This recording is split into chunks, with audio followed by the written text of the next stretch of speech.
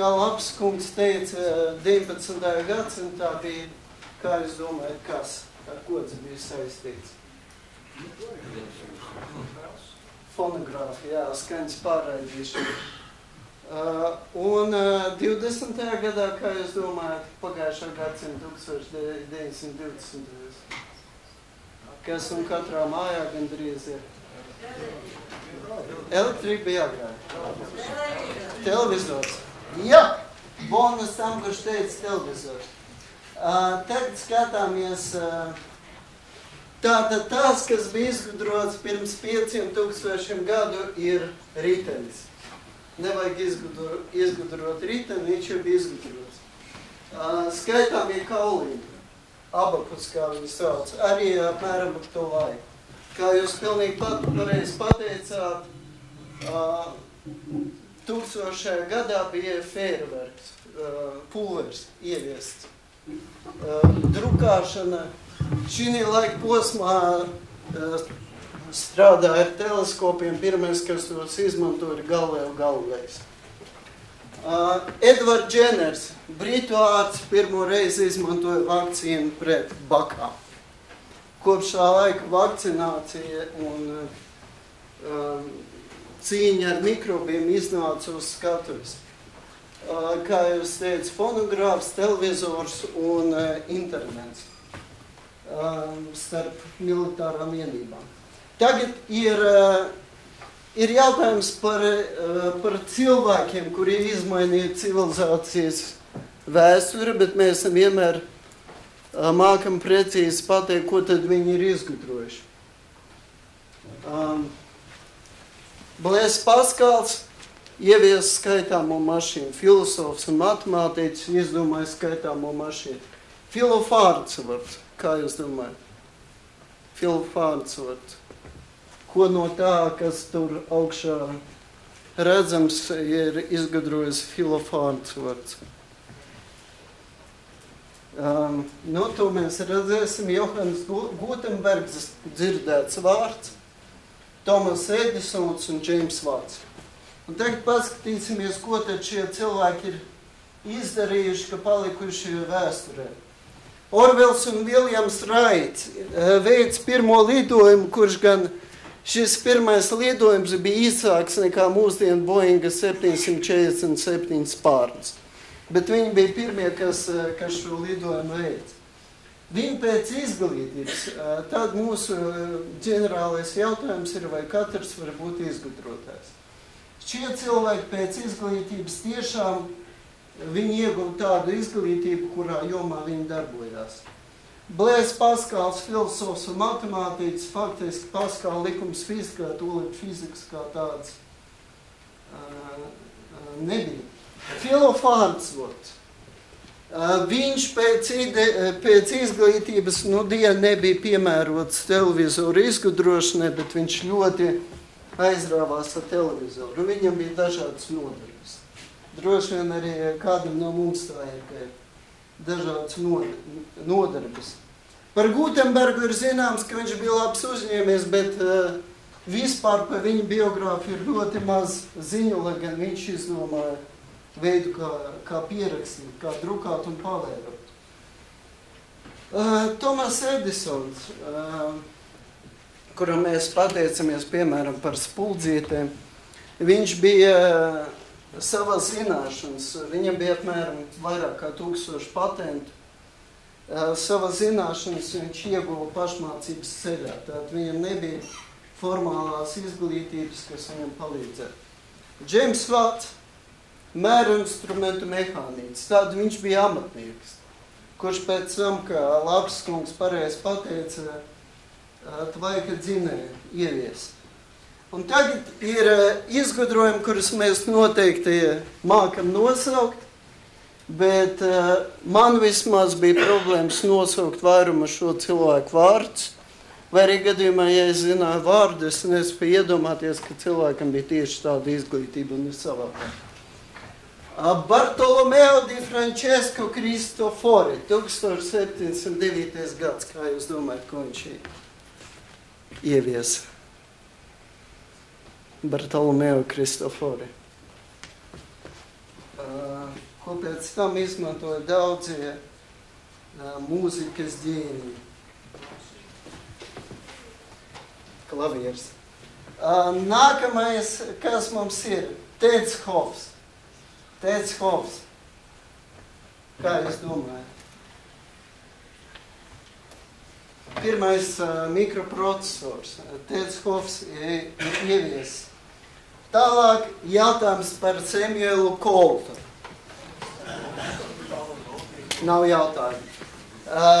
Bet būs pārsteigums ar viņu izglītību. Nikolā Josefs Kunjo. Kā jūs domājat?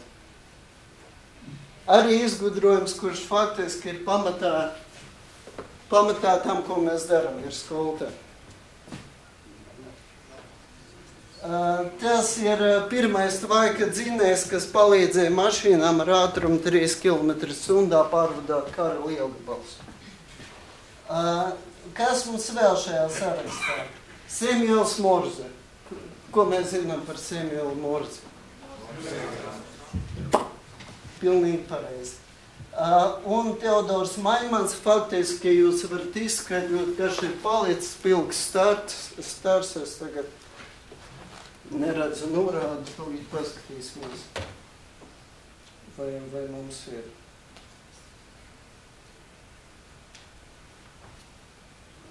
Teodors Maimans. Jā, lāzers stars. Un tagad painteresēsimies, kas bija šie cilvēki un ko viņi darīja. Bartolomeo Kristofori bija mehāniķis, viņš nebija mūziķis kā tāds, viņš bija mehāniķis. Un viņš izgudroja klavierus, kurus pēc tam izmantoja mūzikas ģēniji baroka laikmetā un pēc tam. Teds Hofs ražoja kalkulators un viņam ienāca prātā ideja radīt mikroprocesoru. Teds Hofs. Samuels Colts. Mēs zinām, ka viņš uztaisīja revolveri, bet viņam bija tāda aizvarošanās ar pulveriem un šaujiem un spriedzekļiem, ka viņš aizdedzināja savu skolu. Līdz ar to viņš nebeidza izglītību, viņš nevarēja iegūt. Kā mēs runājam, Nikolā Josefs Kunjo bija armijas kapteinis, kas lielgabalu pārvietošanai ar ātrumu 3 km/h izmantoja tvaika mašīnu. Man visvairāk izbrīnīja Samuels Morse. Jā, bet mēs zinām Morse, bet viņam nebija nekāda sakara nedz ar lidaparātiem, nedz ar kuģiem. Samuels Morse ir beidzis Yales College, viņš bija profesors, viņam bija ļoti zolīga izglītība, bet viņš mācīja gleznotājus un skulptūrus. Viņam ar navigācijas lietām nebija nemazākā sakara. Un šajā sarakstā izņēmums ir Teodors Maimens, kas tiešām bija fiziķis ar Stanfordas izglītību. Un teikt, ja mēs paskatāmies, kas šiem cilvēkiem, kas bija vadmotīvs šiem izciliem izgudrotājiem, ir tas, ka daudzi no viņiem turpināja eksperimentus, lai gan viņiem nebija garantijas uz uzvaru. Brians Tracy's ir biznesa un motivācijas konsultants. Viņi visi bija gatavi riskēt. Atcerieties, Samuels Colts bija gatavs riskēt, zaudēt savu vietu skolā, bet uztaisīt eksperimentus. Un viņi uzņēmās atbildību par to, ko viņi dara. Viņi nebaidījās no aizrādījumiem, norādījumiem tā tālāk. Un vēl izgudrotājiem ir svarīga sastāvdaļa nepaļauties tikai uz iedvesmu. Jo, kā ir teikts, ja jūs neplānojat, jūs plānojat zaudēt. Tāda ir tā atziņa. Un faktiski šie veiksmīgie cilvēki skatās uz pasauli savādāk. Viņi nerunā par mēģinājumu un neveiksmi metodu. Viņi atcerās panākumus, runā par mēģinājumu un panākumu metodu. To apgalvoja arī lielais automagnāts Henrijs Fords, kurš teica, ka katra neveiksme ir mūsu iespēja sākt visu gudrāk. Šajā ziņā ir katram izgudrotājam vērts atcerēties par ETO principu, ka no visām mūsu pūlēm 20% laika, 20% ieguldījumi dod 80% panākumu. Un ir jāatrod, kas šie 20%. Un it īpaši varbūt tajā laikā, kad valsts ir tādā pārējais posmā, ir ļoti svarīgi atcerēties to, ko teica Britu premjerministrs. Nekad nesūdzīties, nekad netaisnoties. Secinājumi par to, vai katrs speciālists var būt izgudrotājs. Mēs redzējām, ka tie cilvēki, kas noteica mūsu ikdienu, sākot no datora un beidzot ar medicīnas jautājumiem, viņi nevienmēr bija ar piemērotu izglītību šajā lauciņā. Viņiem bija ļoti dažādas izglītības šiem izgudrotājiem, bet visi bija aizrautīgi ar savu mērķi un mērķtiecību.